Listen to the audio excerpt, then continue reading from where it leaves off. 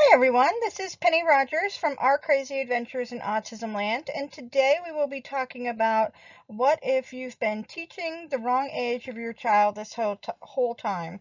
And what that pertains to is we're going to learn the difference between the developmental and chronological age and which you should choose when deciding placement for your child, either in homeschool lessons or in co-op classes or really anything in life. So let's get started.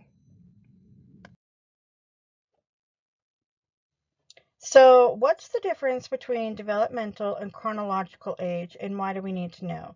So, let's start with the easy one, the chronological age. That is the actual age of your child. It doesn't take into account any social, emotional aspects. It's not useful for educational or socialization purposes. It is merely the physical age of your child's body, is the best way I have found to describe it.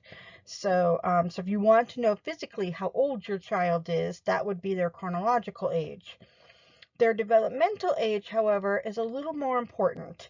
It's the age where your child can complete most of the skills for that age range. So if your child is 7 but he's more like 5 years old, then his developmental age would be 5 and his chronological age would be 7. So, in children with special needs, and a lot of boys too, because they develop a little differently than girls do, that gap can be pretty significant. So, I have a child with autism, obviously, because I live in autism land. And so, the gap between how old he was when he was, say, 10 and what his developmental age was, which was about like his sister, who was 5 years younger, was age 5. Then I would teach at the kindergarten level, and I would have him play and hang out with other kids who were kindergartners, which was a little easy to do because he had a kindergarten sister. So we just sort of lumped them all together and they learned at the same time. Now, his sister, Madison's age, was 5. She was chronologically 5. She was developmentally 5. So we taught kindergarten. We were able to lump Logan, the child with autism, into that because it just looked like he was playing with his sister.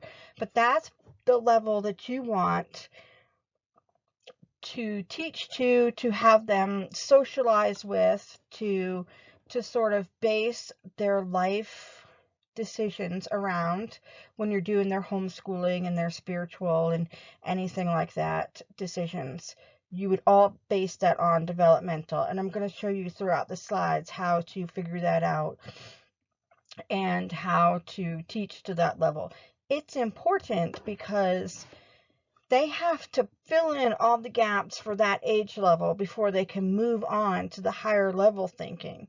So if we had just skipped over taking him back to kindergarten with his sister, then because Logan was 10 chronologically, then when he got to the teenage years, he would not have been able to do the higher executive functioning and other skills like that because that's not where he was at developmentally.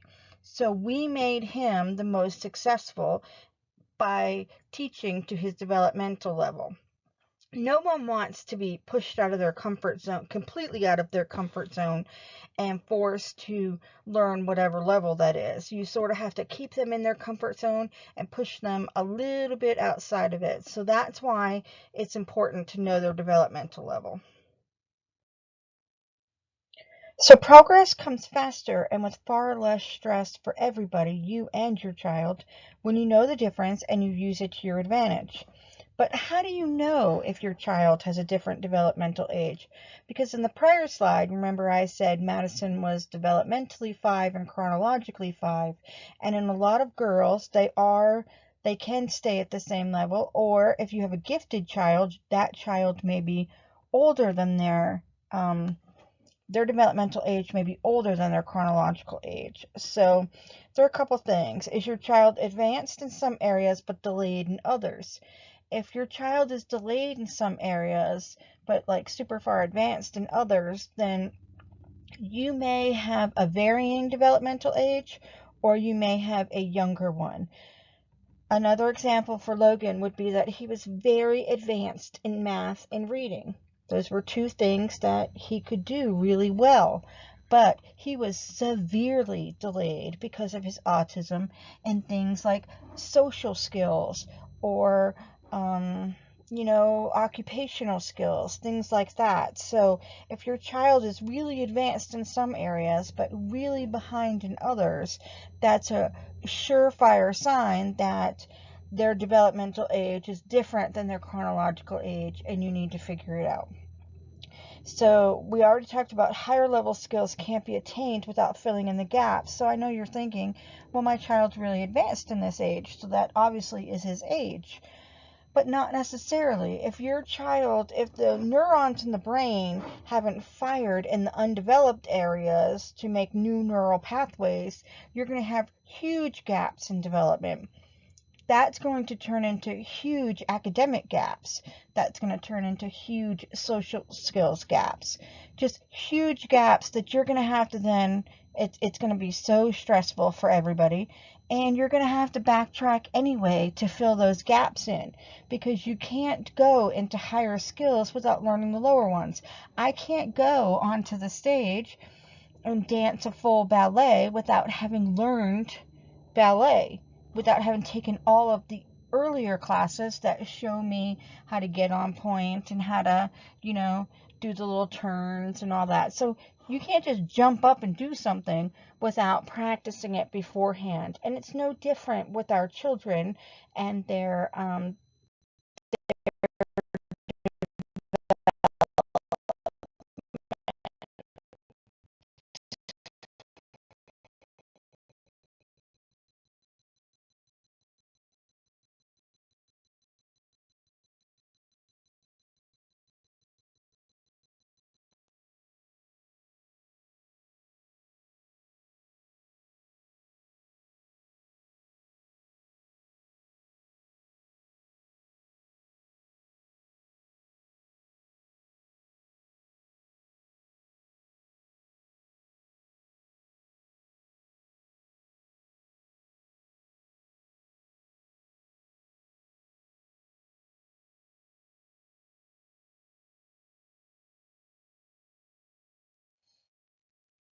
So, what are some ways to find out their developmental age?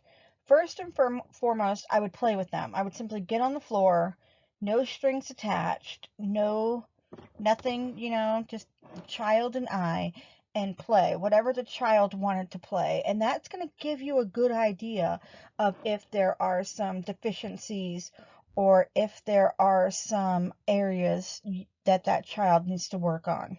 So, if your child does have a gap between their developmental and chronological age, you're going to see some things that concern you when you play with them. You're going to be like, he's 7. He really shouldn't want to play Paw Patrol.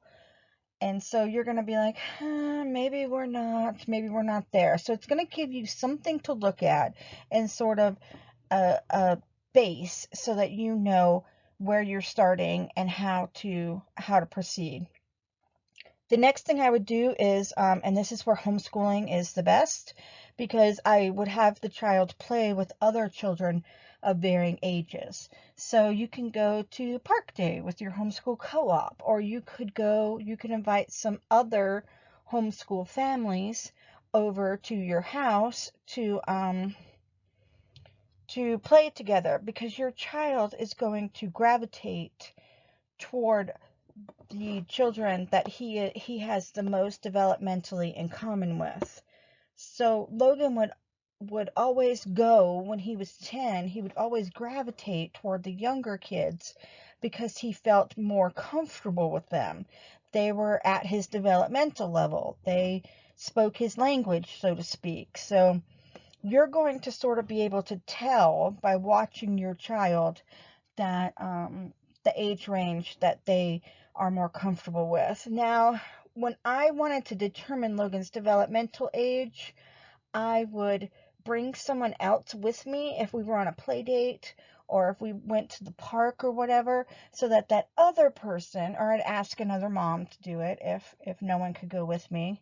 Um, I needed the other person to sort of keep an eye on my other child, Madison, while I sort of eyeballed and watched and looked at what Logan was doing. Or if I was trying to determine Madison's age, I would have someone who was taking care of or keeping track of Logan so that I could focus on what I was seeing and sort of, ask other moms and things like that. So that brings me to the third thing, which would be ask others who interact with your child regularly. I'm going to stop here and put a caveat in. You want someone who is going to tell you the truth. They're going to be brutally honest with you. You don't want to ask grandma who doesn't want to admit that there may or may not be something amiss with your child and tells you that it's perfectly normal for boys to not be talking at age 3. So you don't want that. You want someone who's going to say, yeah, he's 10 and he'd much rather play Paw Patrol with the kindergartners. Yeah, I think something's up there. You want him to be honest. They don't necessarily have to be super critical. You just want, it's not even an opinion. You just want to ask them what they see. And if they are seeing the same thing you're seeing, then you sort of know you're on the right track. If it's someone super close to the child, well, they know where that child is. They may or may not want to tell you. So that's why I put that caveat in there. I always asked other homeschool moms, or I always asked like his occupational therapist or his speech therapist, his other therapist. I would ask them what they saw.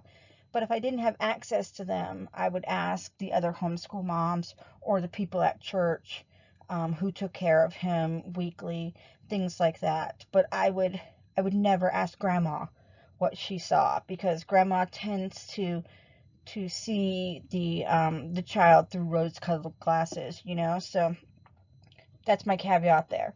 You can go to the cdc.gov and get a developmental checklist for pretty much any age. Again, here's your caveat. If your child is significantly behind, it's going to be incredibly difficult to fill out those checklists of what your child should be doing, both physically, emotionally, any of that. So you need to prepare yourself for that. When Logan started kindergarten, he could not drink from a cup. So one of the things we worked on in kindergarten, of course, was drinking from a cup, because he needed to learn that. But that also meant that he was like around, 18 months to 2 years old. It was a bitter pill to swallow. So you just need to prepare yourself for that before you do it. Now, for homeschooling, you can use placement tests that come with the curriculum. Year-Round Homeschooling by Misty Lisak. And I probably said her name wrong, Misty, I'm so sorry, but it's Year-Round Homeschooling, I know that. Has homeschool placement tests for free that you can download from her website, and they're pretty awesome. So just utilize the placement tests that come with the curriculum, or utilize free placement tests like those at Year-Round Homeschooling to sort of discover where your child is. We are trying to do the best for our child.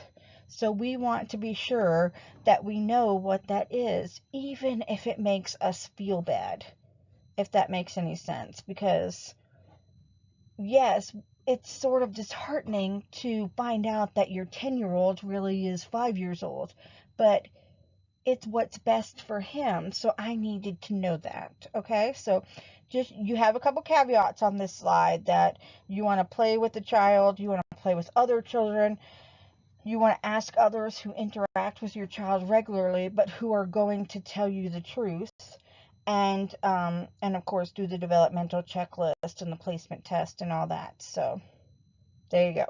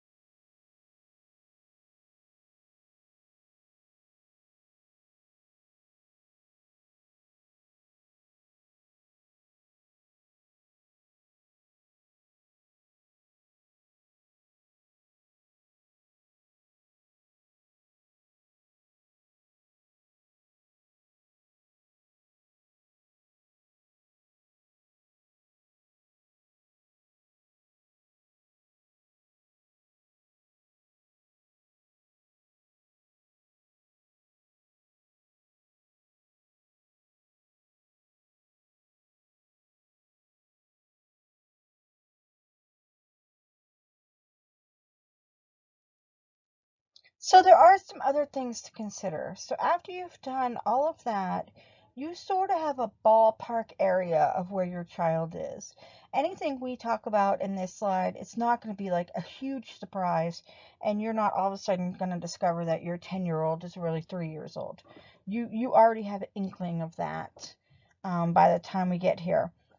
But there are things that aren't on the developmental checklist that you do need to look at. So one of those things is their academic and cognitive level as compared to their peers. So if your 10-year-old cannot do simple addition, then obviously, even though he's chronologically 10, he is not developmentally 10. So you need to take that into account. You sort of need to know what 10-year-olds are doing, both academically and cognitively, and see if your child can do that. Now, a great cognitive one would be if other children can do 3-step directions, but your child has to be told everything individually, or you have to still have visual schedules for your child, or he forgets that he's supposed to wash his face and brush his teeth and then get dressed, or he's supposed to put his pajamas in the dirty clothes. Without a visual schedule, he can't do that. Then you know that maybe cognitively he's not quite at 10 yet. So you need to sort of know what other kids his age are doing academically and cognitively, and see how close your child is to doing that. Another thing is the social emotional level. How is his communication? How is his play skills? How are his social skills? If those are severely deficient, which in children with autism they are, then you need to go back to where they are, and you have to fill in those gaps. There's no way around it. So if your child is 10 and he's still at the pre-verbal stage, then you need, for communication and things like that, to be teaching at the pre-verbal stage, not at the 10-year-old stage where they have these giant words and they could pretty much communicate at will. I always tell parents, as their children get older, that you need to sort of look at adaptive technology at some point. At some point, I had to accept that no matter what I did or how much we worked on it, Logan was not going to be able to write a complete essay using a pen and paper. It just was above his cognitive level, and he wasn't going to get there. So I needed to go ahead and look at ways to make him successful doing that, but not necessarily using a pen and paper. So we used adaptive technology like speech to text apps, or he scribed to me, or he learned how to type. We took into account his deficiencies, and we came up with ways to still make him successful at his age range. So at some point, if your child is still nonverbal and he's 10, you have to look at adaptive technology and come up with some sort of communication device for him. Or if his play skills and social skills are still severely lacking, then you have to take time in your homeschool schedule to work on those things. So you can work on social skills and play skills pretty much everywhere. And on my website, I have a article, 9 places to work on social skills that are in public. So there's that. Impulsivity behavior, the ability to regulate their body and impulses. Anyone who has a child with ADHD, ADD, autism, any of those, you know what I'm talking about. No matter how many times you tell your 10-year-old not to touch that, they can't help themselves. They literally cannot help themselves. They touch it. No matter how many times you tell them not to throw their shoes across the house when they come in, they may not be able cognitively to remember that you told them that, or to control the impulse of doing it.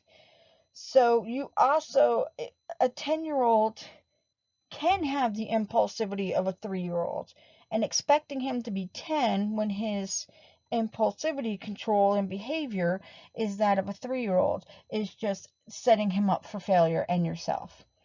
So you want to know their impulsivity age, which is part of their developmental age, and their behavior range, and you want to discipline and encourage them appropriately. So by going back, even though it will be hard, to the 3-year-old level and expecting the impulse control of a 3-year-old, which is zilch, you would make it easier for everybody because you know what to expect, you know how to handle a 3-year-old, and you work on that level. So it's important to know that sometimes they just can't help it. Their impulsivity is just there. Their cognitive level is just there. And so you just need to go wherever there is and work so that you know what you're doing and that your child will respond far more appropriately if you're reacting to him at the right age level. The neurological reflexes are about the same way as the impulsivity.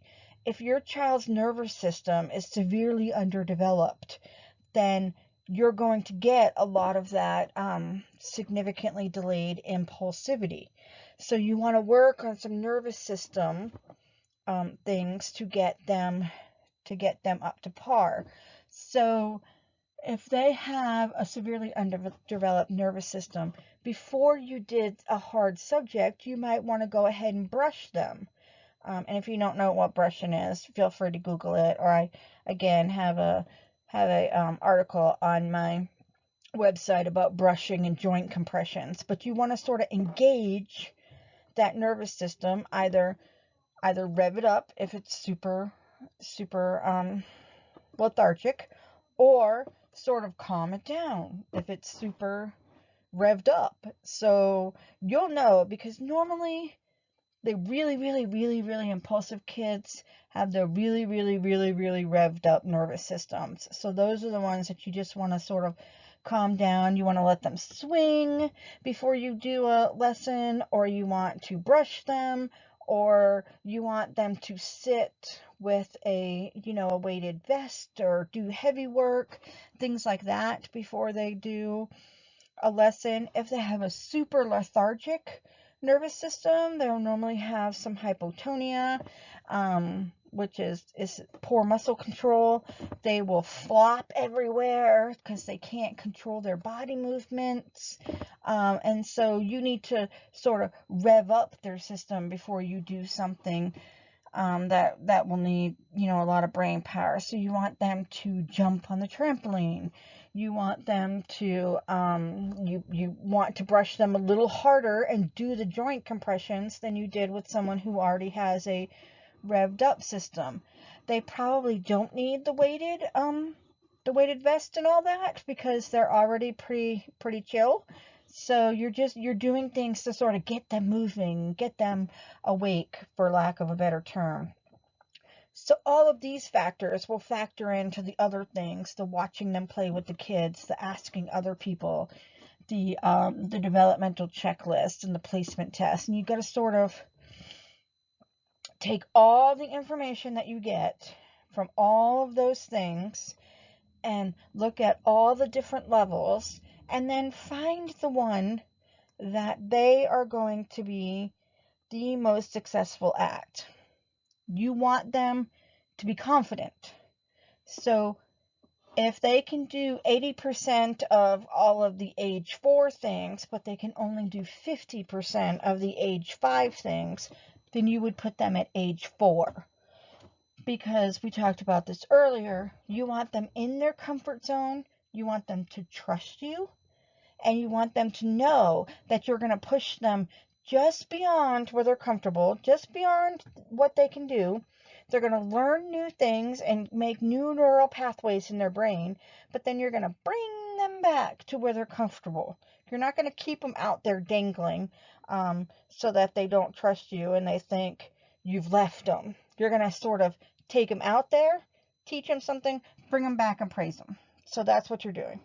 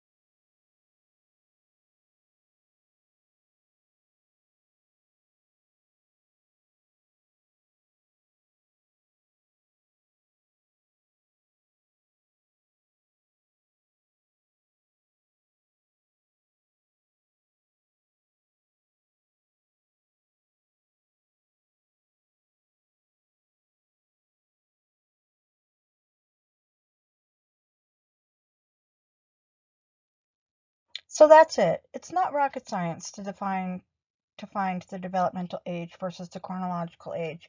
A lot of people though don't know about it, so they are teaching to the wrong age of their child. And so I can tell you for a fact, as a mom on the other side with the adult child with autism now, that if you work at those levels, even if your child has no special needs, but if you work at the level they're at, they're going to make the best progress with the least amount of resistance for everyone. So you're going to have a better homeschooling experience. Your child's going to have a better homeschooling experience, and he's going to learn more, which is what we all want.